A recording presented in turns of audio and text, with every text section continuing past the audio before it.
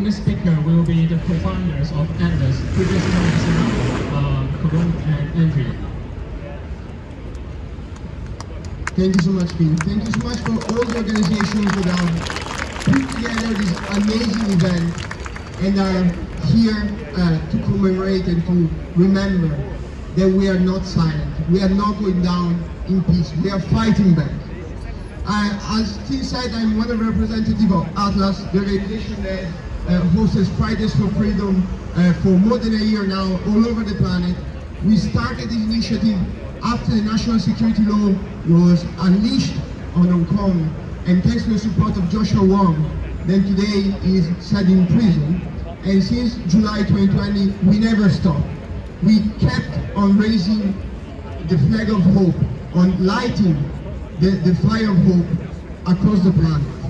Because we believe that today, these kind of protests are the only hope that we have to stand against the CCP and to ensure that dictatorship will not take over. So I'm very, very glad to see so many faces here in London, as I'm sure all over the planet, standing for what matters the most, freedom and democracy, and what we never back down from.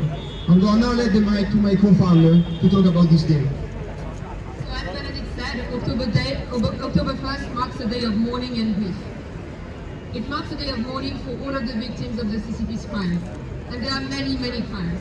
Crimes of genocide, crimes against humanity, crimes of occupation in Tibet, crackdown on rights and democracy in Hong Kong, and many, many other crackdowns. But what gives me hope is the fact that fighters, knowing the risk, keep on standing up for democracy all across the world.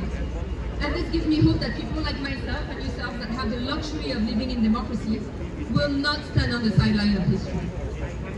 Seeing you all here today gives me hope that world leaders that lately only seem able to issue weak statements of condemnation will be left with no choice but to impose coordinated sanctions on authoritarian leaders of the CCP that have their hands soaked in blood. What gives me hope is that we will be able to create a new vision of a democratic world that will reach the furthest corners of the world, cross the deepest oceans and the tallest mountains.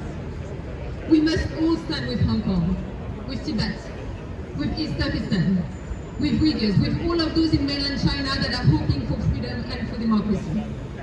In practice, this means that we must stop trade as usual with the CCP. We cannot continue such a relationship when over 1 million Uyghurs are in concentration camp, when Tibet is being occupied, when Hong Kongers are being forced out of their country.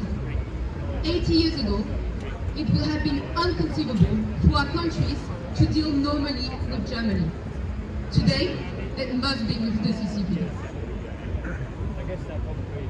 Solutions, we need solutions. And as Coron said, we have asked leaders to take charge of this problem for so long, and this problem is not dealt with. The situation is only deteriorating. This is why we need to become creative. We need to look beyond what we have done so far and try new allies. This is why, for example, we are promoting the idea of building a digital democratic state, crossing all the planet, uniting freedom fighters from all the corners of the globe to stand together to build a force that can actually look eye to eye with China and tell them no more. We will not go down in silence, we will not go down without pulling a fight. And this is just one initiative. And here with me, there are organizations launching wonderful, wonderful campaigns.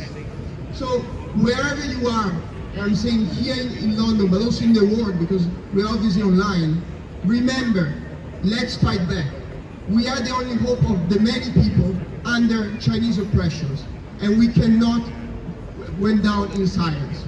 And remember especially this last message, united, we cannot be defeated. Together, united, we cannot be defeated. This is our only hope. And I promise with our organization, with all our partners, we will not let this happen. Thank you so much. Free Hong Kong, free Tibet, free East Turkestan, free everyone under oppression. We will win, we will make it. Raise the three fingers, think about all the incredible fighters that fight also in Thailand for freedom and all over the world. This is the symbol that we need to fight back. They are in our heart and we will not forget them. Thank you.